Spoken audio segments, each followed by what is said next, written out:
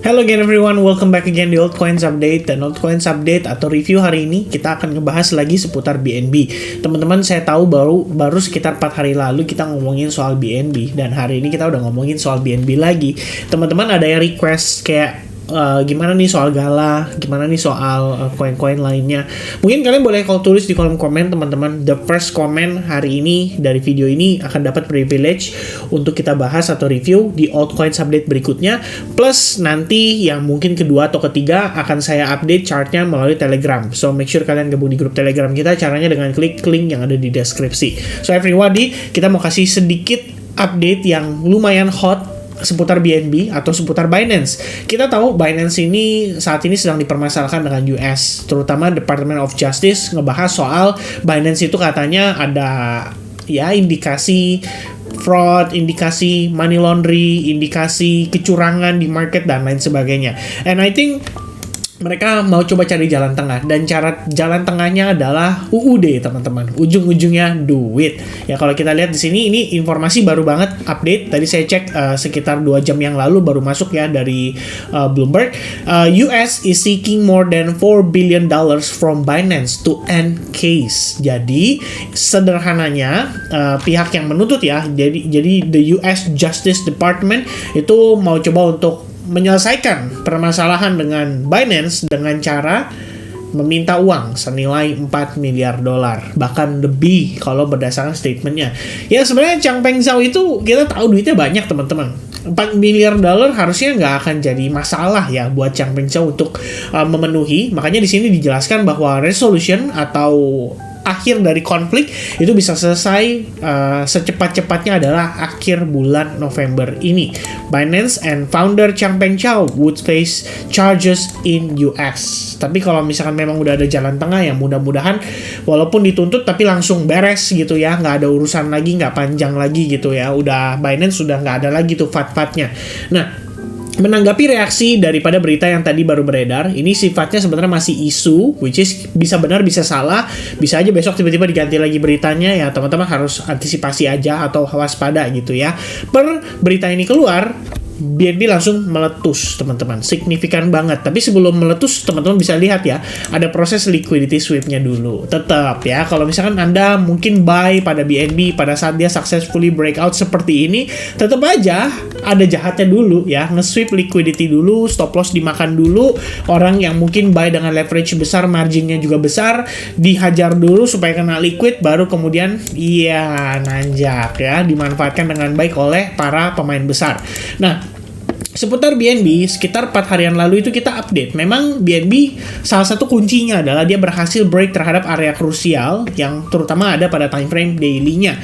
Dan 231 itu sudah berhasil di-reclaim dengan baik, dan progresnya saat ini itu termasuk sedang retest terhadap area resistance yang cukup penting, yaitu di kisaran $258,3. Harus closing nih di atasnya.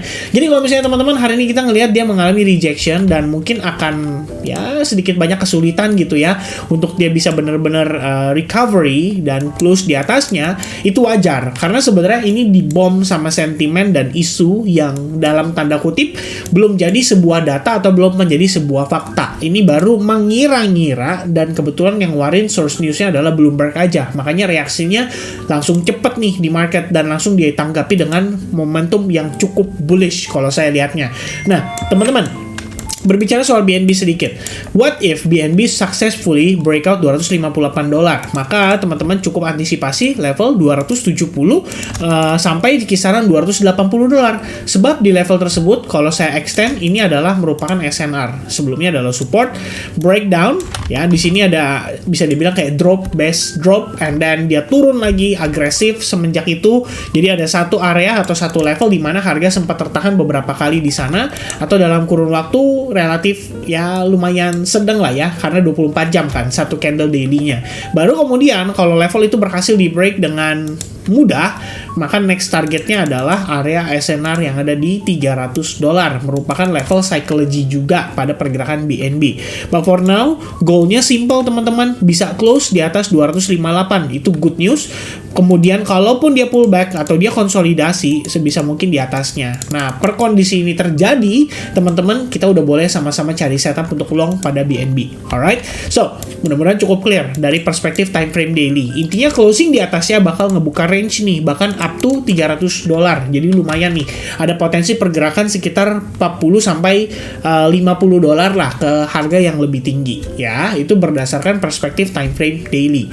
Nah, hari ini banget, benar-benar hari ini banget, saya sebenarnya mention ya soal pergerakan pada BNB di teman-teman advance group. Kita ngelihat di sekitar jam 1:30 siang tadi, intinya yang saya lihat adalah BNB in the end dia hanyalah konsolidasi aja di tengah. But the good news is, kalau kita lihat dari swing low ke swing high, ini ada retest terhadap Fibonacci 61,8%. Habis itu reaksinya langsung cukup positif atau cukup bullish. Maka tadi saya lihat lagi dan saya melakukan analisa ulang. Yang saya perhatikan adalah bagaimana di sini. Ini by the way update saya lakukan sekitar jam 13.31 ya, siang, sekitar hari Senin. Nah, yang saya lihat adalah bagaimana si harga itu konsolidasi, perlahan-lahan mulai breakout, dan kalau memang ada pullback, retest terhadap trendline, sebenarnya ini bisa membuka peluang untuk BNB nanjak, ngetes ke level 251 sampai $252 lebih kurangnya. Bahkan topnya di $256.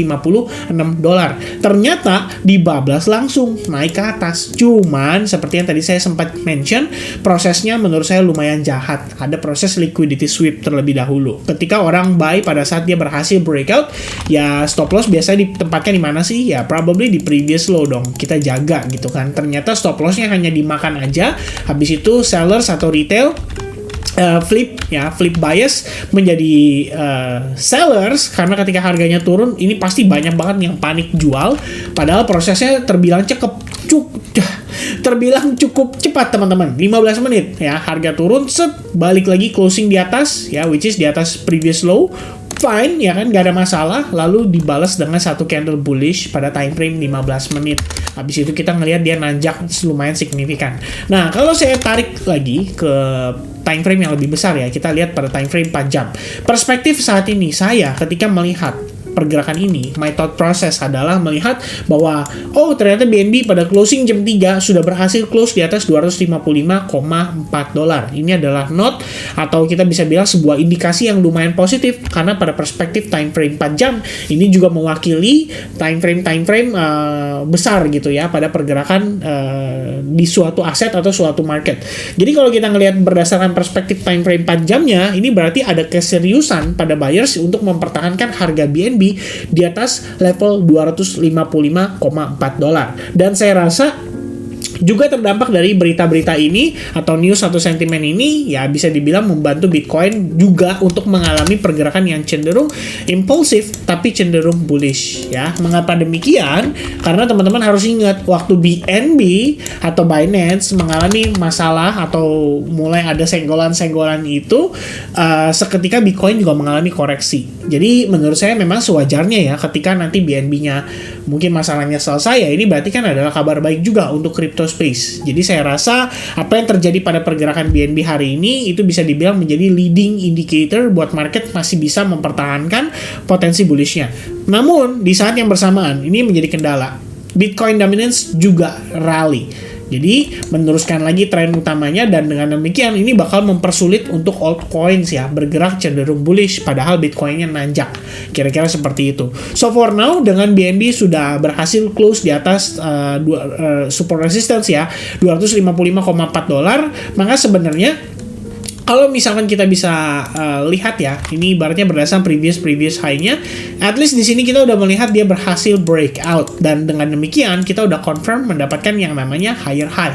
So, if kita ngelihat ada yang namanya pullback ini sesimpel untuk potensi higher low-nya. Nah, itu teman-teman bisa manfaatkan menjadi sebuah peluang, entah itu buat yang akumulasi atau mungkin buat yang trading di futures market. Alright, so for now itu saja yang bisa saya update seputar BNB.